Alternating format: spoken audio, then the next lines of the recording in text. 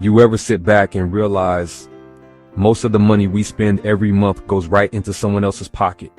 We buy clothes, shoes, music, food, entertainment, and 9 times out of 10, it's the same few companies collecting from all of us. That's not by accident. That's how the system is designed. But here's the truth. If you can spend in an industry, you can profit in it too. See, that's what separates a consumer from a creator. A consumer makes money and hands it right back out. A creator learns how to keep it in motion, but in their direction. So in this video, I'm going to show you how to flip the game. We're going to talk about how to make money inside the same industries that have been eating off us for decades. We'll touch on fashion, music, food, and entertainment. I'm going to give you real examples, not theory, so you can see how regular people like you and me have turned their spending habits into money-making machines. Before we talk about money, let's talk about mindset. When you think like a consumer, you're always asking, what can I buy? But when you think like a creator, you start asking, what can I sell? That one shift changes everything. Let's say you love sneakers. You're the type who's up at midnight waiting for the new Jordans to drop. That passion alone is valuable, but only if you put it on the right side of the equation. Instead of just buying sneakers, you can start reselling them. Platforms like GOAT, StockX, and eBay have turned sneaker resale into a multi-billion-dollar industry. Some of these resellers are making more in a month than people make at their jobs. I knew a guy named Dre, sneakerhead from the city. Every release he was there. But one day he said, man, I'm tired of making Nike rich. So he started flipping his extras on StockX. Then he learned about bulk buying, started buying off smaller resellers and cleaning up shoes to resell them higher. 6 months later, he wasn't just a sneakerhead anymore. He was a sneaker plug.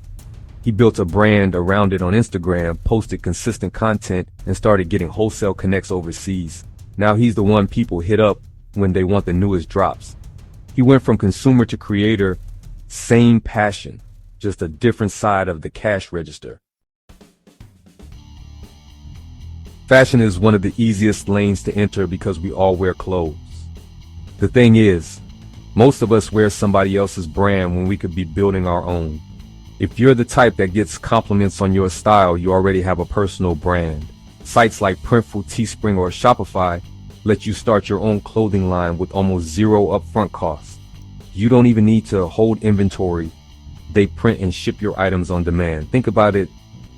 People spend thousands of dollars a year on name brand clothing. Imagine if even 10% of your circle supported your brand instead of Nike or Gucci. That's how these big brands started. Small, community-driven support that expanded outward. And if designing clothes isn't your thing, no problem. You can flip high-end designer goods, buy them wholesale or secondhand, and resell them online for profit. Sites like luxurymarket.com, The Real Real, and Poshmark make it possible. This is what I did myself. I started small, learned the game, and before I knew it, I was grossing over $500,000 a year reselling designer merchandise from my own apartment.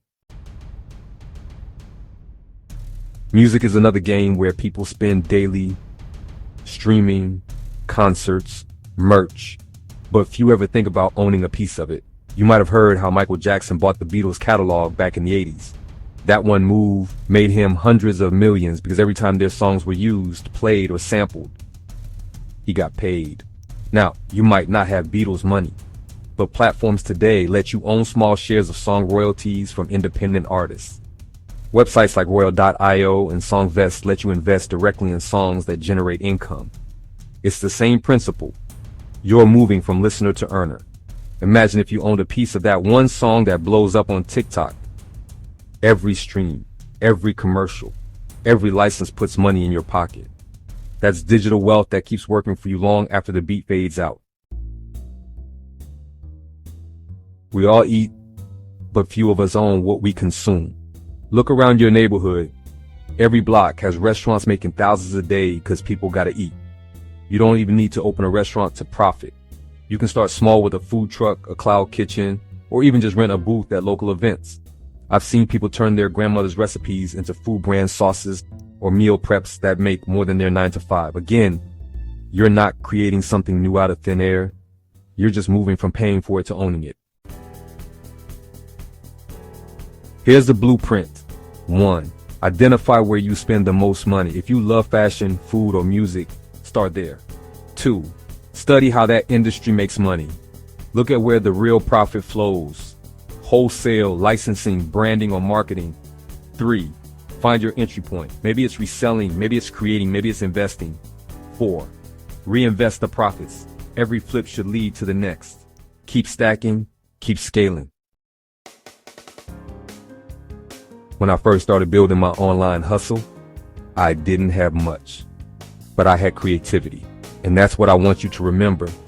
Creativity is currency. You don't need a trust fund. You need trust in your grind. If you've ever made something look good, sound good, or taste good, you've already got what you need to build wealth. You just have to start building it for you instead of everyone else. If you got something from this video, make sure you subscribe, like, and tap the notification bell so you don't miss the next one. And let me know in the comments, what industry are you planning to flip next? Is it fashion, food, music, or something else entirely? Because the real power is when we start sharing our strategies and helping each other grow. This is Jermaine with Money on a Dime, where we talk real money, real moves, and real growth. See you in the next one.